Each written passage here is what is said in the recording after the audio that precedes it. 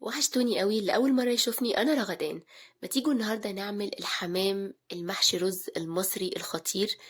الأكلة المصرية الصميمة اللي أي حد بيجي من بره لازم ياكلها أو يجربها لو ما جربهاش. تعالوا أقول لكم أنا عملتها إزاي بالتفصيل بطريقتي، واوعدكم ان هي هتعجبكم جدا جدا لو جربتوها بطريقتي. وهقول لكم كمان ازاي نخليه الحمام لونه حلو كده بدون آلية وزيوت ودهون كتير، وكمان بهدلة وطرطشة في المطبخ. تعالوا اقول لكم انا عملته ازاي، بس يا ريت الاول نصلي على النبي عليه افضل الصلاة والسلام، وكمان ما تنسوش تعملوا لايك. اول حاجه هنبتدي بالرز اللي هنحشي بيه الحمام. في طاسه كده على النار حطيت 3 4 معالق زيت ومعلقه ونص سمنه، وانا كنت مقطعه بصلتين كبار. هحط 3 ارباعهم تقريبا عشان الرز، وهسيب الربع ربع ده بس كده. وبعد كده بقى هحط التوابل، هحط ملح، وهحط معلقه صغيره مليانه من الفلفل الاسود، وهحط ربع معلقه قرفه، معلقه صغيره مليانه او معلقه وربع من السبع بهارات.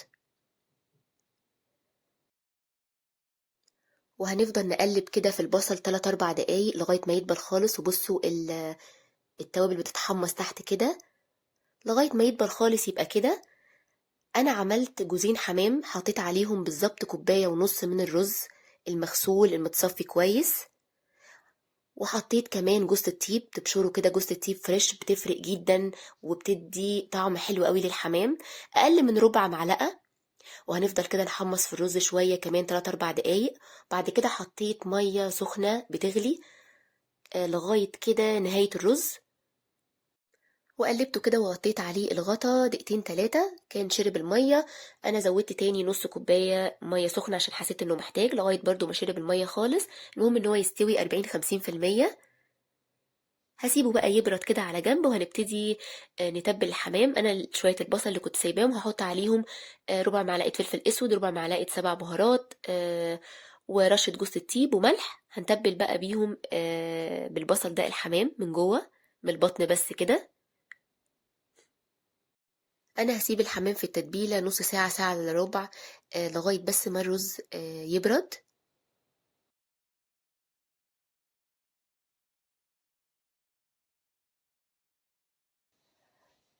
دلوقتي بقى الرز كان برد. انا بحشي من عند الرقبة ومن تحت الاوراق كده زي ما بوريكم كده من جوه.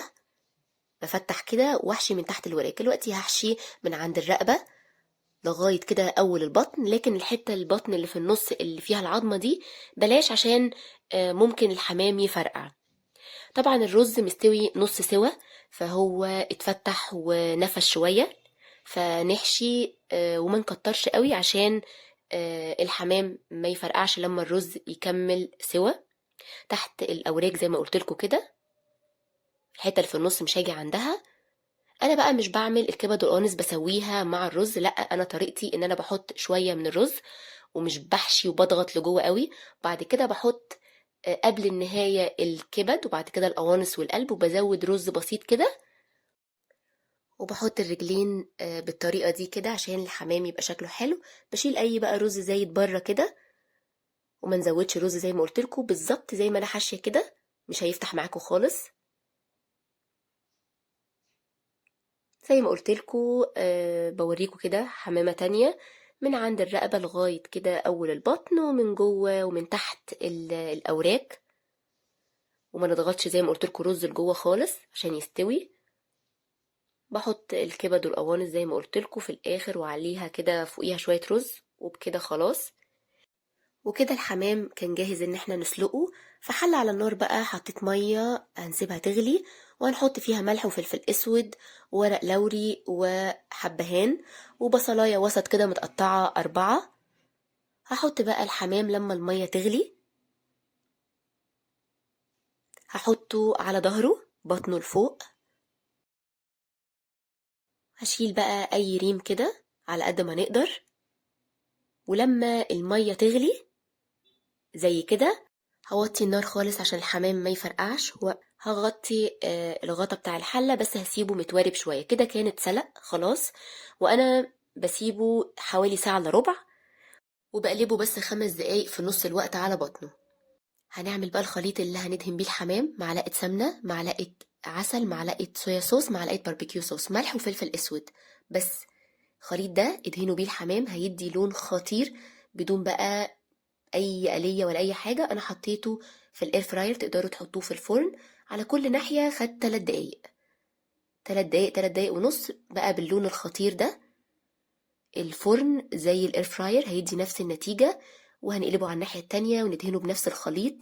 الخليط ده خطير، تقدروا تدهنوا بيه كمان الفراخ، بيدي لون حلو بدون ما ينشف الحمام، بيفضل الحمام طري. لونه خطير بدون آلية، كل حاجة مظبوطة فيه بالسنتي. طعمه، الرز بالخلطة طعمه يجنن، ريحته، شكله، اللحم من جوه مستوي، والرز كله بجد مظبوط قوي.